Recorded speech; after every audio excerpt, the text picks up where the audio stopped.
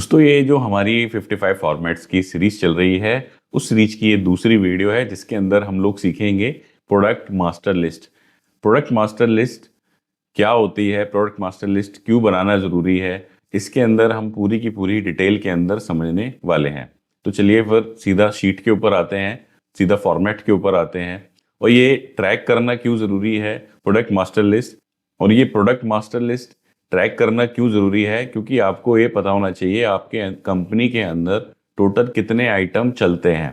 ठीक है, एक्चुअली होता क्या है, आप प्रोडक्ट पे प्रोडक्ट डेवलप करते जाते हो, लेकिन हमें जब अगर एक बार देखना हो कि मेरे पास टोटल कितने आइटम हैं, उस आइटम को बनाने के लिए मुझे कौन कौन से मटेरियल की ज़रूरत पड़ती है, किस मशीन पे बनता है, बनाने के लिए कितना साइकिल टाइम लगता है, कितनी कैविटी का मेरे पास टूल है, ठीक है, उसके अंदर जो है उसके प्रोसेस पैरामीटर्स वगैरह क्या हैं, उसकी ड्राइंग क्या है पार्ट की।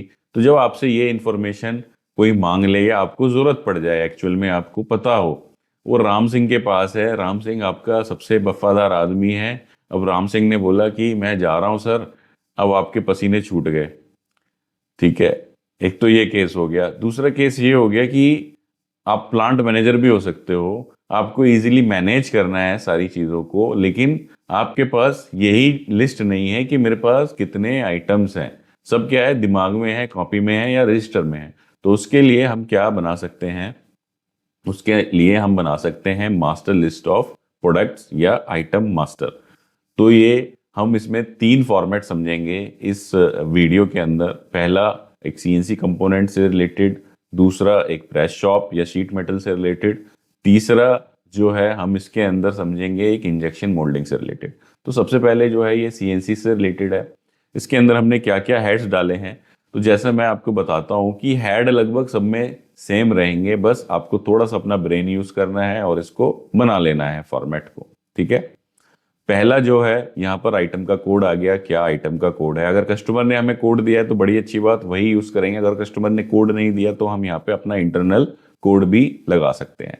देन आ गया हमारा part name with drawing number, उसका क्या है, कस्टमर क्या है, ठीक है, किस कस्टमर का ये जो है प्रोडक्ट है। एक कस्टमर के 10 हो सकते हैं टोटल प्रोडक्ट, किसी के 5 हो सकते हैं, किसी के 2 हो सकते हैं, किसी के 50 हो सकते हैं। पार्ट रेट क्या है उसका, आरएम स्पेसिफिकेशन, जैसे इसमें एमएस अराउंड 17 mm लगता है। पार्ट की फिनिश लेंथ कितनी, हमने उससे फिनिश लेंथ तैयार करनी है। कट लेंथ क्या है, जब पार्ट को बनाऊंगा तो उसको बैंडसा पे अगर काटना है तो कैसे कटेगा। देन उसका ग्रॉस वेट, देन उसका नेट वेट, उसके बाद उसमें आ जाए उसका स्क्रैप कितना निकलेगा, सेल है या जॉब वर्क है। पार्ट की ड्राइंग आप यहाँ पर उसकी क्या कर सकते हो, अपलोड कर सकते हो। ठीक है, देन अपना आ गया प्राइमरी पैकिंग टाइप, कि कैसे पैक होता है, पॉली बैग में होता है, कार्टन में होता है या बिन में जाता है डायरेक्ट।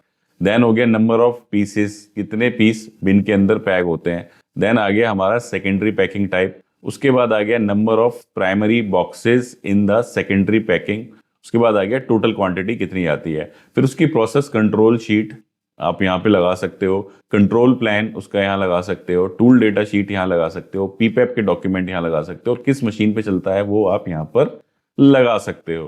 तो इस तरीके से आपके पास एक पूरा का पूरा बही खाता या बायोडाटा तैयार हो गया, किसका, प्रोडक्ट का, जिसके बेसिस पे आप कुछ भी डिसाइड कर सकते हो। इसके बेस पे आप कैपेसिटी प्लानिंग कर सकते हो, इसके बेस पे आप ऑर्डर प्लानिंग कर सकते हो, इसके बेस पे आप रॉ मटेरियल की भी प्लानिंग कर सकते हो।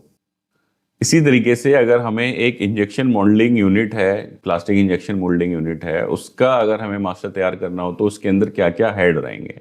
सबसे पहले आ गया हमारा पार्ट नेम, देन उसका मोल्ड नंबर, कि उस पार्ट का नाम क्या है और उसका मोल्ड नंबर क्या है। ठीक है, देन हमने दोनों क्लब करके क्या किया, यहाँ पे पार्ट नेम और मोल्ड नंबर बना दिया है, क्योंकि जब आप डीपीआर में एंट्री करोगे तो कंबाइंड इसकी एंट्री हो जाएगी कि मोल्ड नंबर 1 मेरा ये वाला पार्ट है, तो उसको आपको प्रोडक्शन चलाने में इजी रहेगा। देन उसका पार्ट रेट, ये किस रेट पे मेरा मटेरियल जो है, ये प्रोडक्ट जो है मेरा सेल होता है। फिर इसका आप ये इन हाउस बनाते हो या बॉट आउट पार्ट है, कि यानी कि डायरेक्ट जॉब वर्क कराते हो। नंबर ऑफ कैविटी कितनी है उसमें, साइकिल टाइम कितनी है, रनिंग कैविटी कितनी है, किस किस मशीन पे ये चल सकता है वो डाल दिया आपने। देन यहाँ पर किस टनेज की मशीन पे चलेगा। फिर हमने यहाँ पे डाला कि इसके अंदर कौन कौन से रॉ मटेरियल लगते हैं। तो जैसे 34% ये मटेरियल लग रहा है, 33% दूसरा मटेरियल लग रहा है। देन मिक्सिंग रेशियो उसका क्या है तीसरे का, फिर मास्टर बैच उसके अंदर कौन कौन से लग रहे हैं, तो इस तरीके से आपने यहाँ डाल दिया। देन उसका आ गया यहाँ पे शॉर्ट वेट कितना है, ये आप डाल सकते हो, रनर वेट कितना है, पार्ट वेट कितना है।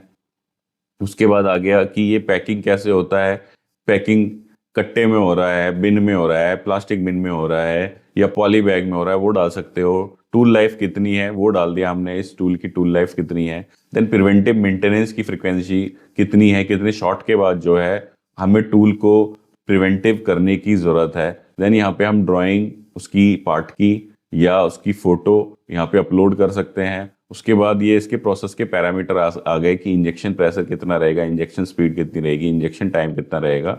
तो इससे होगा क्या, आपके पास पूरा का पूरा एक प्रोसेस पैरामीटर भी तैयार है एक ही शीट के अंदर सारे कंपोनेंट का। उसके बाद उसकी प्रोसेस कंट्रोल शीट, उसका control plan, tool data sheet, PPAP और उसकी सारी डिटेल्स क्या कर सकते हो आप पूरी की पूरी एक मास्टर लिस्ट के अंदर तैयार कर सकते हो।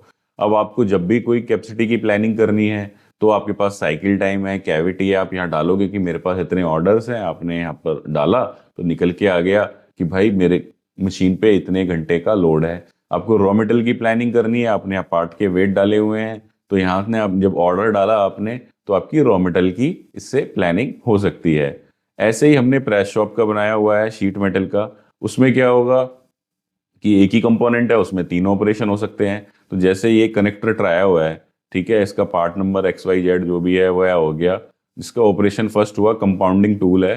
कंपाउंडिंग टूल का मतलब क्या है कि सिंगल शॉट में पूरे के पूरे ऑपरेशन हो गए। अब जैसे ये वाला हम पकड़े टर्मिनल WL, तो इसमें तीन ऑपरेशन या दो ऑपरेशन हो रहे हैं। पहला हो रहा है ब्लैंकिंग, दूसरा हो रहा है बेंडिंग, ठीक है।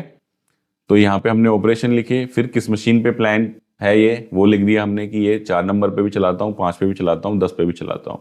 फिर यहाँ पे आ गया उसका टूल स्टिक कार्ड का कि आपने टूल स्टिक कार्ड यहीं पे लिंक करा दिया और उसको आप अपडेट कर रहे हो तो टूल स्टिक कार्ड यहाँ बन गया आपका। टूल लाइफ कितनी है वो डाल दिया आपने, पार्ट रेट वो डाल दिया आपने, ठीक है। कंपनी का टूल है या हमारा टूल है, जैसे कस्टमर ने हमें टूल दिया हुआ है या हमने खुद डेवलप किया वो डाल दिया हमने। PM फ्रिक्वेंसी क्या है, कितने शॉट के बाद इसको प्रिवेंटिव करने की जरूरत है वो डाल दिया, या फिर हर 6 महीने में इसको करने की जरूरत है वो डाल दिया हमने, ठीक है। और यहीं पे हम टूल लाइफ भी डाल सकते हैं कि इसमें कॉलम में से टूल लाइफ का, आप यहाँ पर टूल लाइफ भी ऐड कर सकते हो। SPM कितना है उसका, शॉट पर मिनट कितने मारती है मशीन, या साइकिल टाइम कितना है।